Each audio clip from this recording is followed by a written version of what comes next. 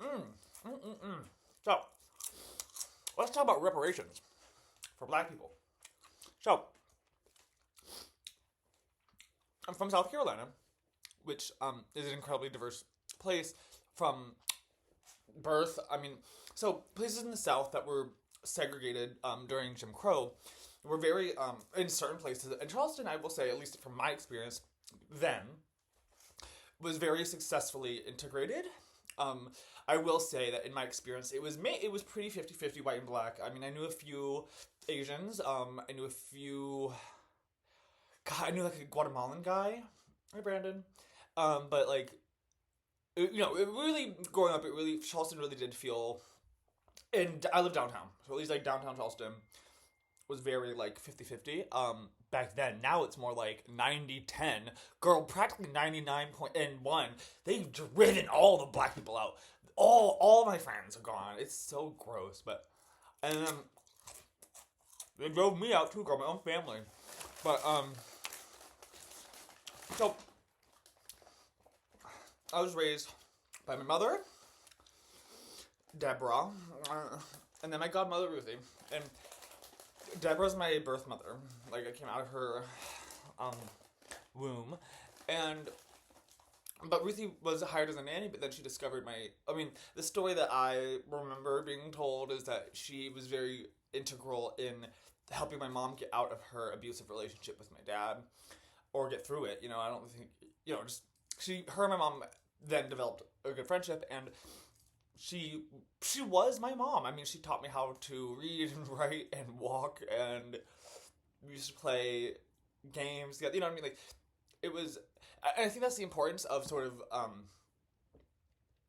diversifying who your kids spend time around. Because it's like I think once you like just love somebody, like especially from such a young age, like it's too like late for me to like. I can hate a bunch of black people, but I can't hate black people because Ruthie will always be a part of that. So, and she's like black, and not that there's anything wrong with being light skinned. I'm a light skinned Jew, I guess. Even though I'm not gonna go there because I don't understand the Ashkenazi thing. But um, mm, um, anyway, and to me, it's just always been so crazy. It's just like I always sort of like my mom was always like whenever we would talk about the future, she was always adamant like I'm that she could pay for my college and that was something that she really wanted to do and that was like a special privilege, that like I should do good in school so then she can help me go to a good college and that's how I'll get a good job. That's not true. That is not true. That's not true. That's not true. Not in this country. Go to China. Go to somewhere else. But um, so so I then naturally would be like, okay, but like I know I know Ruthie had just as hard of a life. Actually, I mean, sounds a lot harder. What Ruthie went through, my godmom, my black godmom, as a black woman in the deep South during Jim Crow, sounds a lot harder than med school. But she had not nearly as nice of a house. She lived with a lot more of her family. She, was just clearly not as wealthy as us. And then, as I get older and I learn about slavery and stuff, and and Ruthie was like, make sure that I also knew about these, not unforgiven, unmet promises. How reparations and so many other things. How and I mean, I was in high school when Obama got elected. Like back in the day, y'all, like there was no figuring out who the racists were. The racists, like at least where I'm from, like just told you for the most part. And so like it was really really racist back then, as far as like you know. So it just wasn't. It was always just so crazy to me, right? And then I've always known I was Jewish, and but it's never. I was not raised religiously or really culturally. I will say actually, like the more that I get to know about Jewish culture, yeah, I was raised so Jewish in so many ways, but not in any kind of like traditional like way regarding any kind of like rabbinical law or anything like that. But um, like we celebrate Christmas, um, But God, sorry, I'm on these tangents, which happen to me a lot. But I'm also not medicated right now, mind you, and I have ADHD. Um, and then then I learned about Israel and how Jews got reparations after the Holocaust. So I was like, oh, okay, well, if it happened for like my people, like why can't it happen for anyone else? And then you learn even more, because then it's like, so basically, so I grew up around a lot of like black nationalists, and like Liberia is a black ethno state, and I've always thought that was cool, even though I couldn't like, I think I always, especially because I definitely did adopt a lot of linguistic and behavior from the black community that like it just wasn't, it got to a point sometimes where I was just nervous that I wasn't going to fit in, and I should have never been that nervous. Like there was one point it was my driver's license too, fully had cornrows and 2 gold teeth. Like it was wild. Oh, it was good. But although I've learned, but then the more I've learned about my own culture, and the more pride I've gotten in being Jewish, and I'll use the word Zionist, the more Zionist I got, the more it aligned with my earliest political thinking about reparations. So then, back in my day, back on the Tumblr, girl, we used to always talk about overthrowing the government. Girls were always talking about, because we were like communists, girl. Like, I'm a Luxembourgist. If you know Rosa Luxemburg, if you don't, look her up. She was murdered by the Democratic Socialists, Bernie. And yeah, we used to always talk about that stuff. But then, because we know that it was built on racism, slavery, unfair advantages. We know that marriage is slavery. All that stuff. And then Trump happened, and I think a lot of racists got afraid that they were going to get called out, and a lot of rapists got afraid that they were going to get called out, and a lot of sexists got afraid that a lot of people got afraid that they were going to get called out on their bullshit. And so instead they used that caricature of Trump kind of the same way that they use the caricature of the South. Even though I'm from the South is actually incredibly diverse. It's definitely the homeland of Black America, and so you have to remember that a lot of the genius in South Carolina and in the South in general just didn't have the opportunity, financially, to go to school and to share their ideas. And I can tell you, Ashley, Quasia, people that I grew up with, who I know are more intelligent than me, or at least, Ashley for sure is smarter than me. But Quasia, but everyone, but definitely as smart as me, if not smarter. So I'm just how come I have had master's theses, which I know people usually just read and throw away, but also not. I really do believe that one tiny piece in a keg can do great things. You just have to keep putting pieces there, And so, what was the point of that? Dear God, maybe I should eat and wake up. Where were I going? Oh, right. So then I went to Europe for 10 years, and there it was kind of the same thing, but but girl, we just never focused. Of course we still did, but it wasn't all about fucking America. That's why I loved living in Germany. There's so much other things happening in the world. People just really didn't care that much about America. Because, girl, I don't know, girl. It's just who cares? Of course they care, but it just wasn't, they cared about a lot of other things, too, And I think Europeans are very used to living very close to different cultures, very close to different languages, very close to different histories. Where we have tried to, erase so many of those that... And, the one that we're replacing with is just,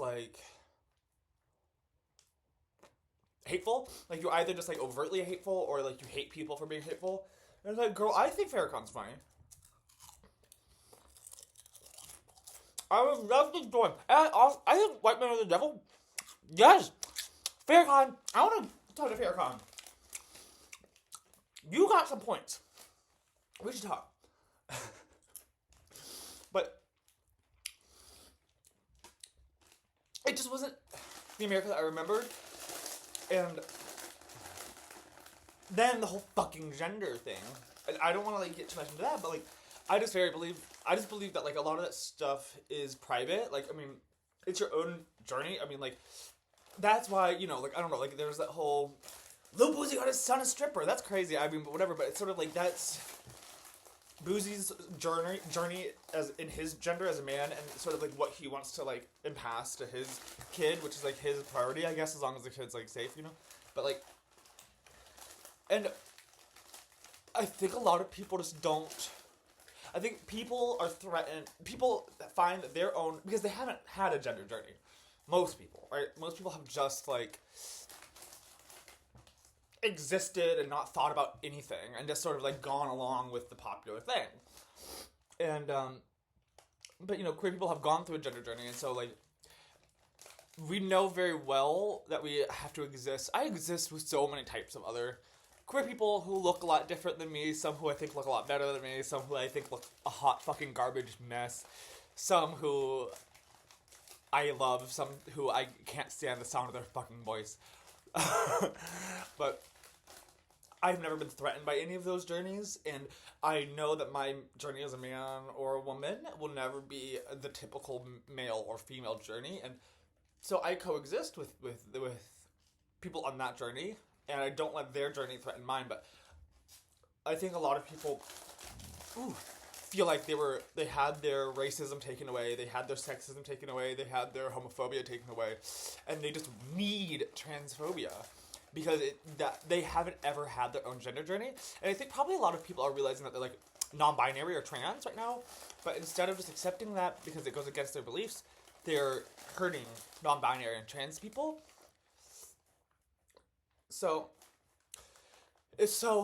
And you know who I don't see this happening to, and I never have, the black community.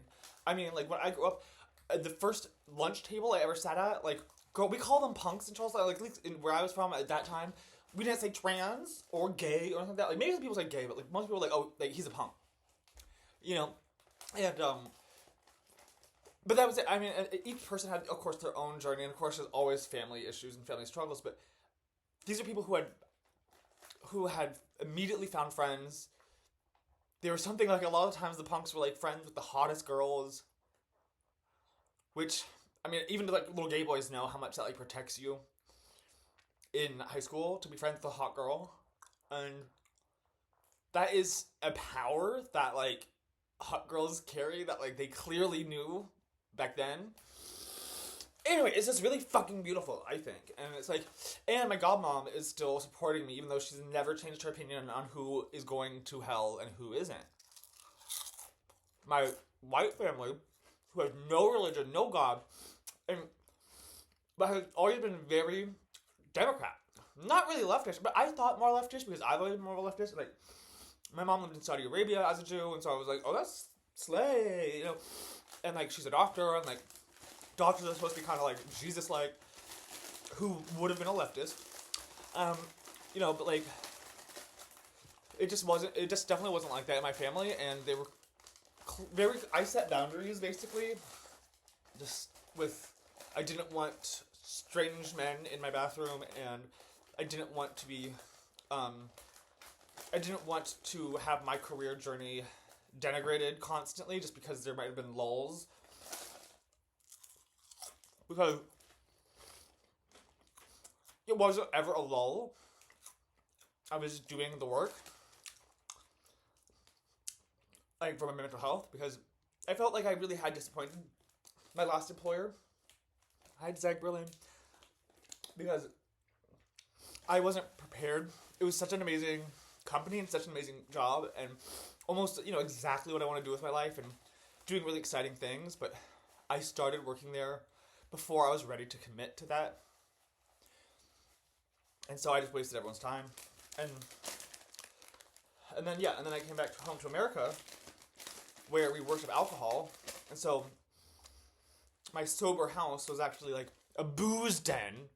And I was like, I just started drinking a lot, and I know how long-term, permanently damaging alcohol is to the brain, so I was like, can we not have this, but that was horrible, but, so now I'm homeless, right?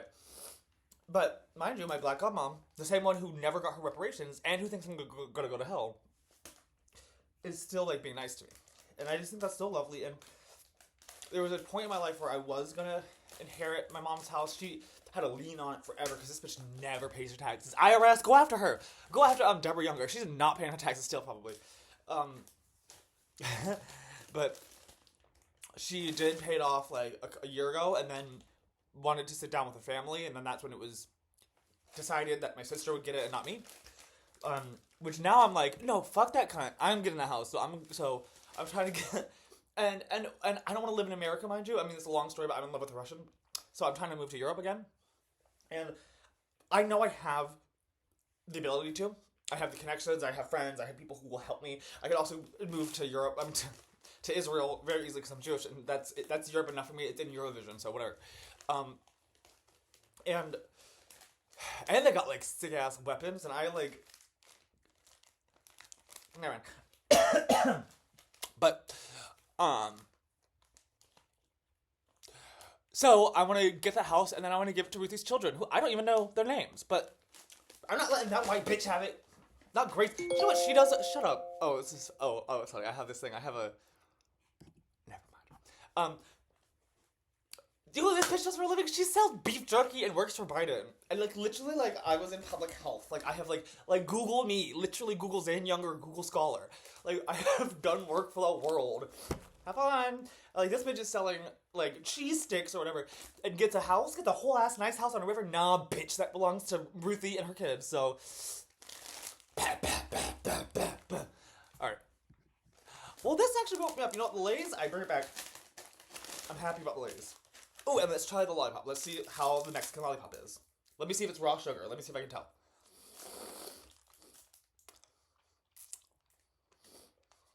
Alright. I'm not a big sweets person, but... Oh, no. Oh, this is Mexican sugar. Oh, no. This is cane sugar, for sure. Oh, this is good. Oh, yeah. Oh, yeah. Oh, okay. I'm happy.